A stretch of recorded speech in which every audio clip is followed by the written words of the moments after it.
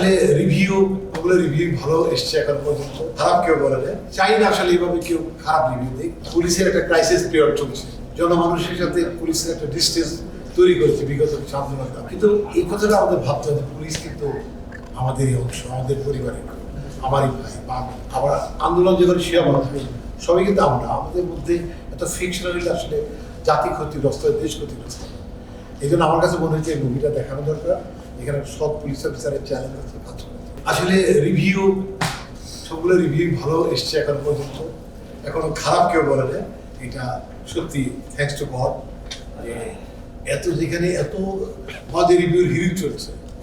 মানে আমি চাই না আসলে এইভাবে কেউ খারাপ রিভিউ দিক।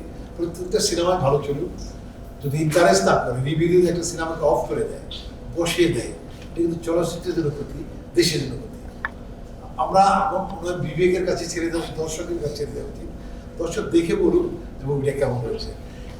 ট্রেলার দেখে রিভিউ দিয়ে দেয় যে সিনেমাটা কথা, এটা চলবে না, এটা কেন আসছে, এই সমস্ত কথা আগেই বলে। তাই কিন্তু দর্শক ফেসবুকে বসে বলে কি রিভিউ দেবে, ফেসবুকে দেখে এগিয়ে ঝগড়াঝাড়ি দেখতে থাকে।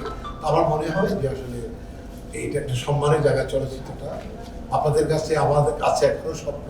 রূপালী জগতের মানুষ, আমার ডান পাশে বসে আছে রূপালী জগতের মানুষ, তার জন্য আমরা তো সবাই পাগলই ছিলাম, এখন আছে।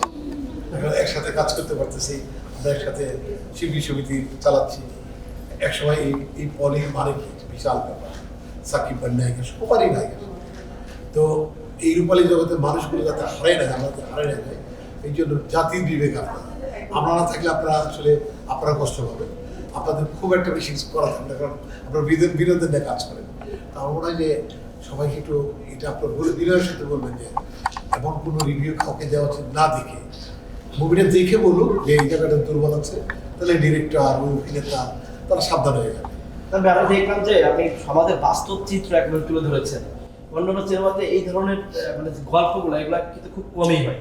এই যে আমরা আগে দেখতাম যে মান্নার সিনেমাতে অনেক সময় দেশ নিয়ে সিনেমা করা হতো, আপনি কিন্তু সেরকম একটি সিনেমা করেছেন, অনেকদিন পর দর্শকরা নতুন কিছু দেখতে পেয়েছে। এই যে সিনেমাতে ধারণাটা আসলে এটা আপনি কিভাবে এই সিনেমাতে আনলেন, বা এই গল্পটা আসলে কিভাবে মাথায় আসবে? আচ্ছা, এই গল্পটা হলো, আমি তো একজন পুলিশের অফিসার, সেই হিসেবে আমার কাছে মনে হয়েছে এরকম একটা গল্প এই মুহূর্তে দরকার। যখন পুলিশের একটা ক্রাইসিস পিরিয়ড চলছে, জনমানুষের সাথে পুলিশের একটা ডিস্টেন্স তৈরি করেছে বিগত আন্দোলন।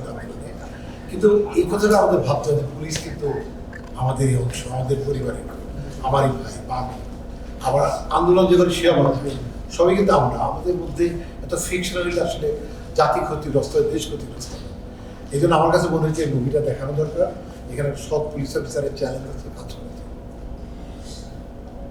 ব্যক্তিগতভাবে আপনি নিজে একজন পুলিশ অফিসার এবং সিনেমাতেও আপনি পুলিশ অফিসার। এই যে যদি আমি পার্থক্য করতে বলি যে আসলে দুইটা পার্থক্য, সিনেমার পর্দা এবং বাস্তব জীবন, আসলে এটাকে যদি পার্থক্য করতে বলি আপনি আসলে এটাকে কিভাবে করবেন?